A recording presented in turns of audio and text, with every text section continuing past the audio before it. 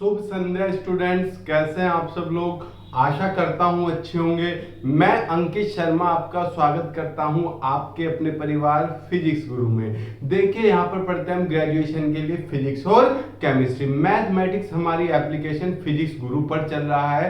ये BSc third year physics की class है, जिसमें आज हम आपके सामने पढ़ने वाले हैं वेलोसिटी एडिशन थ्योरम। सर इतने दिन से क्लास नहीं हो रही थी बेटा, मैथ की और केमिस्ट्री की क्लास चल रही है, उस पर भी आप कोई खास रिस्पॉन्स नहीं दे रहे हो, इसलिए मेरा फिजिक्स की क्लास से भी थोड़ा सा मन हट गया। क्यों, जब आप रिस्पॉन्स नहीं दे रहे तो हमारा पढ़ाने में भी कोई इंटरेस्ट नहीं रहेगा।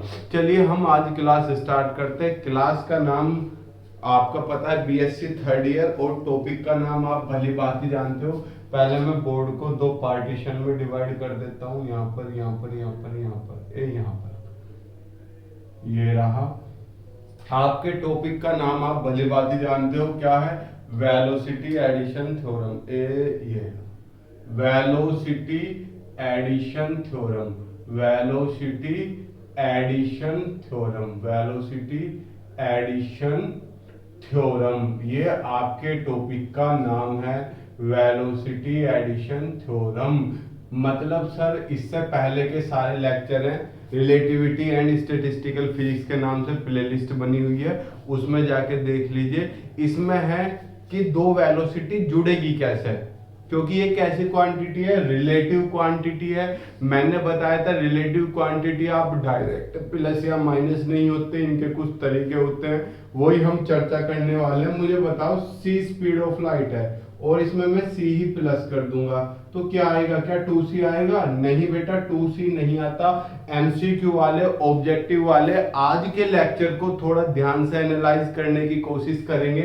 आज का लेक्चर बड़ा शानदार रहने वाला है। मैं आपको दिखा दूं, हमारे पास दो फ्रेम ऑफ रेफरेंस है। Let us consider we have two frame of reference. कौन कौन से? एस और एस डैश। ये फ्रेम ऑफ रेफरेंस क्या है, ये सब भी मैं आपसे चर्चा कर चुका हूं पहली वीडियो में, इसमें मैं आपसे ज्यादा चर्चा नहीं करने वाला। दूसरा फ्रेम ऑफ रेफरेंस हो गया, ये रहा ए एस डैश। ये दो फ्रेम ऑफ रेफरेंस हो गए मेरे पास। अब ये जो S dash frame of reference है, क्या कर रहा है? ये मोशन में है। किसके रेस्पेक्ट में? इसके रेस्पेक्ट में। किस वेलोसिटी से? वी वेलोसिटी से। तो ये मैंने मोशन में करा दिया, किस वेलोसिटी से? वी वेलोसिटी से। इसमें तो कोई रॉकेट साइंस नहीं है। यहाँ पर कोई पी पार्टिकल है जो मोशन कर रहा है, जब एक्स एक्सिस के अलोंग।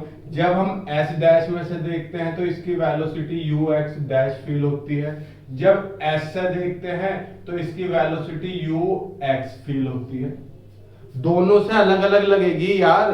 एक बात बताओ, अब मैं हूं, पेड़ खड़े हुए हैं, मैं ट्रेन में जा रहा हूं, ट्रेन खुचुर खुचुर चल रही है, तो पेड़ मुझे पीछे को चलते दिखाई दे रहे हैं, लेकिन जब मैं पैदल चलूंगा जब दिखाई देंगे। यानी कि दो फ्रेम है, इनमें से अलग अलग देखने पे वेलोसिटी अलग अलग ऑब्जर्व होगी। यानी कि एक बंदा साइकिल से जा रहा है, मैं उसे ट्रेन से देखूंगा तो मुझे उसकी वेलोसिटी अलग फील होगी, मैं उसे बाइक से देखूंगा तो अलग फील होगी, कार से देखूंगा तो अलग फील होगी। तो फ्रेम ऑफ रेफरेंस यही तो चीज है जिसके रेस्पेक्ट में हम किसी की भी वेलोसिटी बताते हैं, कुछ चीज बताते हैं। अब इसके कोऑर्डिनेट्स अगर हम एस से देखते हैं तो एस से इसके कोऑर्डिनेट्स क्या होते हैं?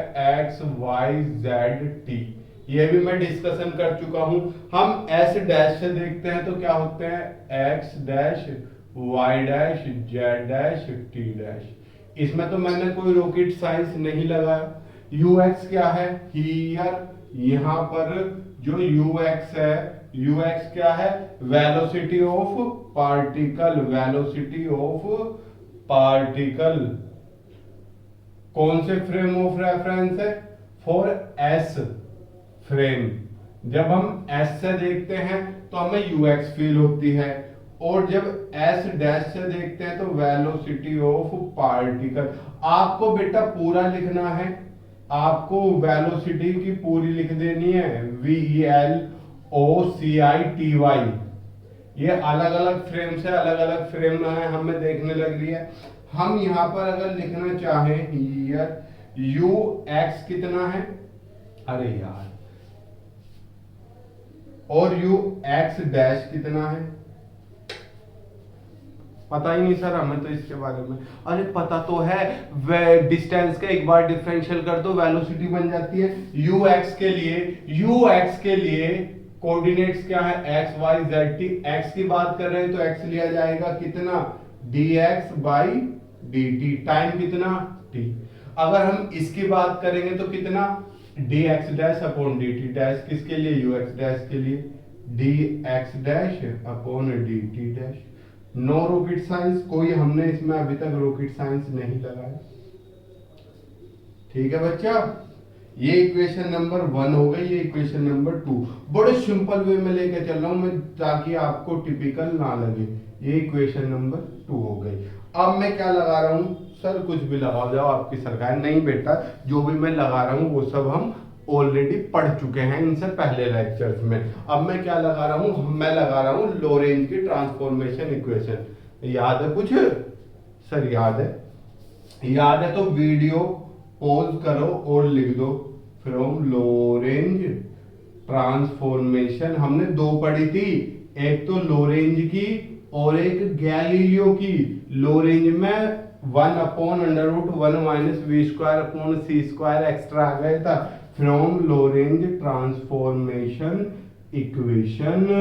क्या थी लोरेंज की ट्रांसफॉर्मेशन इक्वेशन, अगर मैं एक्स डैश की बात करूं तो एक्स डैश किसके बराबर था, X minus V T upon under root 1 minus V square upon C square, यही तो था। और टी डैश किसके बराबर था बताओ, एंड टी डैश किसके बराबर था, T minus X V upon C square, या V X upon C square लिख दो, बात एक ही है। यहां दिख रहा है, अभी तक तो आपको क्लियरली दिख रहा होगा। और अपॉन में क्या लेना था, 1 माइनस गामा वाली वैल्यू जो हमने निकाली थी। ये सब आपको अच्छे से याद होना चाहिए। अब मैं क्या कर रहा हूं, इसका डिफरेंशियल कर दे रहा हूं। डिफरेंशियल करके क्या होगा, अभी आपको 2 सेकंड में पता चल जाएगा। ऑन डिफरेंशिएट, दोनों का साथ ही कर दूं, अलग अलग क्या करूं, ऑन डिफरेंशिएट, इसे भी डिफरेंशिएट कर देता हूं। कितना हो गया, D X dash equal to D X. अरे ये जो एस डैश चल रहा है इसकी वेलोसिटी तो कांस्टेंट है, तो क्या आ गया, minus V D T upon ये इसका बताओ, इसका डिफरेंशियल क्या होगा बताओ। अरे इसका नहीं होगा, तो कांस्टेंट है, 1 भी कांस्टेंट, v भी कांस्टेंट और स्पीड ऑफ लाइट भी कांस्टेंट, ये एज इट इज ही रह गया, कोई रॉकेट साइंस नहीं। एंड इसका कराओ, D T dash equal to D T minus, बेटा v तो कांस्टेंट, x का कितना dx, लो यहाँ vx ही लिख दो कभी आप बाद में कंफ्यूज हो, upon C square upon under root 1 minus V square upon C square. ये मेरा सारा दोनों का डिफरेंशियल हो चुका है। अब मैं क्या करूं, ये वैल्यू चाहे तो इसमें रख दूं डी एक्स डैश और डी टी डैश, या यही कॉमन लेके सोल्व कर लूं। अब मैं पहले वैल्यू रख रहा हूं, कॉमन लेके सोल्व बाद में करूंगा, क्यों जब वैल्यू रखूंगा तो नीचे वाला पोर्शन तो खुचुक खत्म हो जाएगा। On putting these values in equation, कौन सी इक्वेशन में रखी जानी है, dx dash dt side second में, तो यहां से u x डैश कितना आ गया, dx डैश ऊपर और dt डैश नीचे, और जब ये ऊपर आएगा ये नीचे आएगा तो देखो ये वाली टर्म तो कैंसिल आउट, छोड़ दो इस टर्म को, या काट के दिखाऊं, मैं छोड़ दे रहा हूं, आप थोड़ा सा लॉजिक चलो मैं काट के ही दिखा देता हूं, क्योंकि आप में से कुछ महानुभव ऐसे भी हैं जो बिल्कुल ही रट्टा मारते हैं। Upon D T minus V D X upon C square upon 1 minus V square C square का अंडर। ये देखो ये टर्म इससे कट जाएगी, कट गई, बचा क्या मेरे पास, इधर लिख दे रहा हूं D X minus V D T upon ये वाली term D T minus V D X upon C square. फटाफट इसका स्क्रीनशॉट ले लो। अभी मैं थोड़ा सा काम और करूंगा, जो मैं कह रहा था यही कॉमन लेके कर लो या आगे कर लेना, अब कॉमन लूंगा मैं। स्क्रीनशॉट ले लिया होगा, इधर का हिस्सा मैं रफ कर दे रहा हूं। सर ये क्यों छोड़ दे, इसकी मुझे अभी जरूरत है किस किस की, इक्वेशन 1 की और 2 की भी मान लो जरूरत ही है। तो मैं क्या कर रहा हूं, U X dash is equal to D T common ले लिया। सर डी टी कॉमन क्यों ले रहे हो, अरे डी टी कॉमन लूंगा तो D X by D T बन जाएगा, वेलोसिटी बन जाएंगी, दो वेलोसिटी निकल के आ जाएंगी। तो देखो डी एक्स में से तो कॉमन आ नहीं रहा, तो इसके तो अपोन में पहुंच गया माइनस वी अपोन, इसमें से भी कॉमन डी टी। अब मैंने डी टी कॉमन लिया, 1 माइनस, इसमें से तो कॉमन आ गया था 1 माइनस, इसमें से कॉमन नहीं आ रहा, तो v upon C square into D X by D T.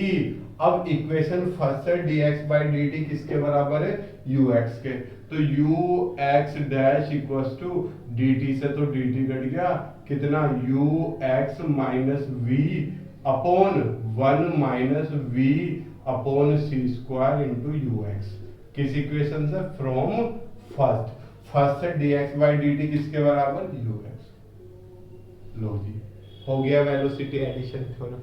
Sir इतना सा नहीं, अभी थोड़ा सा और करते हैं। ये हमने यू एक्स डैश के लिए लिखी है, अगर मैं यू एक्स के लिए लिखना चाहूं सिमिलरली, अगर मैं यू एक्स के लिए लिखना चाहूं तो अपोजिट इक्वेशन होती थी, तो आपको पता है v का सिंबल चेंज हो जाता था, तो v की जगह माइनस वी आ जाएगा, तो जब यहां रखोगे माइनस वी तो माइनस माइनस प्लस हो जाएगा, ऐसे यहां रखोगे माइनस माइनस प्लस, यही तो होगा। लो जी हमने u x की भी वैल्यू निकाल दी, लो फटाफट इसका स्क्रीनशॉट ले लो।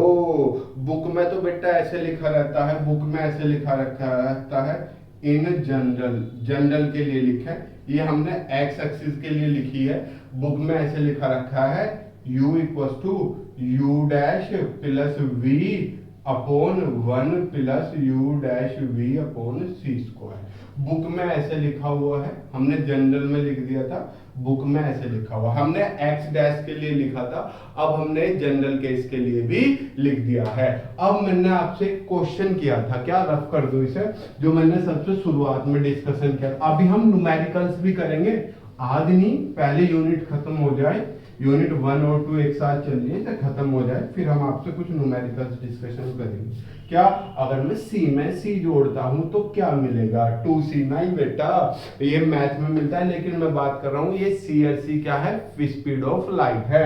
अब यहां देखो कैसे, सर कैसे, अभी देखो मैंने यहाँ पर केस लिए कुछ, क्या यहाँ पर जो केस फर्स्ट लिया, मैंने लिया कि जो मेरा एस डैश था उससे देखने पे मुझे लगा कि स्पीड ऑफ लाइट से चल रही है, पहला केस।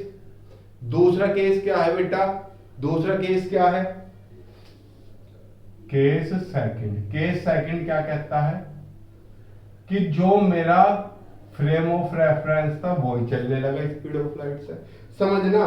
अरे यार ये था एस डैश, ये मोशन में था और ये पार्टिकल भी मोशन में था। मैंने पहले केस में तो मान लिया पार्टिकल स्पीड ऑफ लाइट से चल रहा है, दूसरे केस में क्या मान लिया, frame of reference speed of light से चल रहा है, तीसरे केस में दोनों स्पीड ऑफ लाइट से चल रहे हैं, तो वेलोसिटी क्या होगी, केस थर्ड थोड़ा नीचे कर देता हूं, केस थर्ड, वाह क्या, U X dash B C और वी बी सी दोनों जब सी से चलेंगे तो जुड़ेगी घटेगी, रिजल्ट क्या, सी प्लस सी क्या निकल के आएगा। केस फर्स्ट जब यू एक्स डैश किसके बराबर है, सी के, तो ये इक्वेशन नंबर ये वाली ए इंप्लाइज, ए में वैल्यू रखो तो यू एक्स किसके बराबर, U X dash plus V, U X dash कितना है सी, तो कितना हो गया C plus V upon 1 plus U V U X dash V C, U X dash की जगह सी अपॉन सी स्क्वायर। बताओ अब यहाँ देखो c से एक पावर कट गई तो ux किसके बराबर c plus V upon 1 plus V upon C. c यहाँ पहुंचेगा तो क्या हो जाएगा c plus V upon C, यही तो होगा।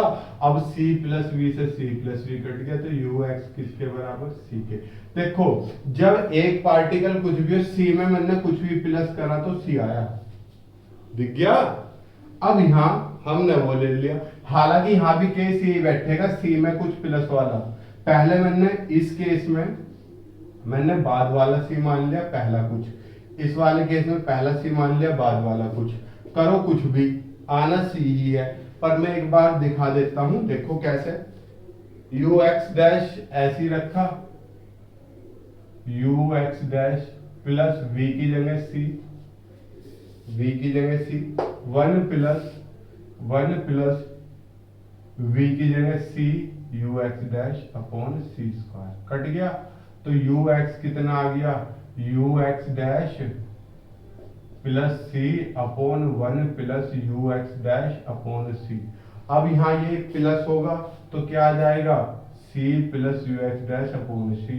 देखो दोनों सेम है, पलट के लिख लूं 2 प्लस 3 लिख लूं चाहे 3 प्लस 2 लिख लूं, आना 5 ही है तो इससे ये कट गया, वापिस से क्या आ गया c। अब c को किसी में प्लस करो या c में कुछ भी प्लस करो, आना c ही है, स्पीड ऑफ लाइट। c वो वाला नहीं जो आप सोच रहे हो, यह स्पीड ऑफ लाइट। अब अगर दोनों ही c ले लूं, c में c प्लस करूं तो क्या मिलेगा, देखो a इंप्लाइज, यहां भी लिखो a इंप्लाइज, ये केस थर्ड की बात कर रहे हैं।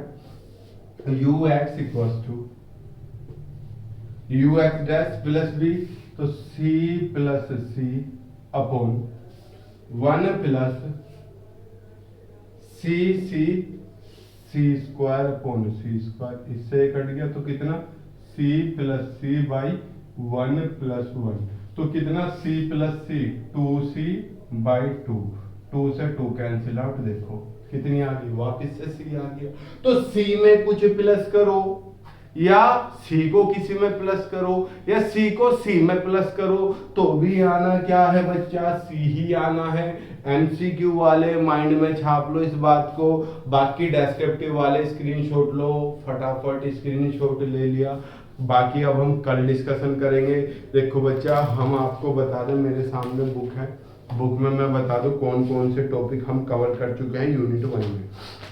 मैं आपको दिखाता हूं, ये यूनिट 1 है, ये रही, देखिए यूनिट 1 में हम पढ़ चुके हैं reference frame, Galilean transformation, Michelson Morley experiment, Lorentz transformation, length contraction, time dilation, addition of velocity.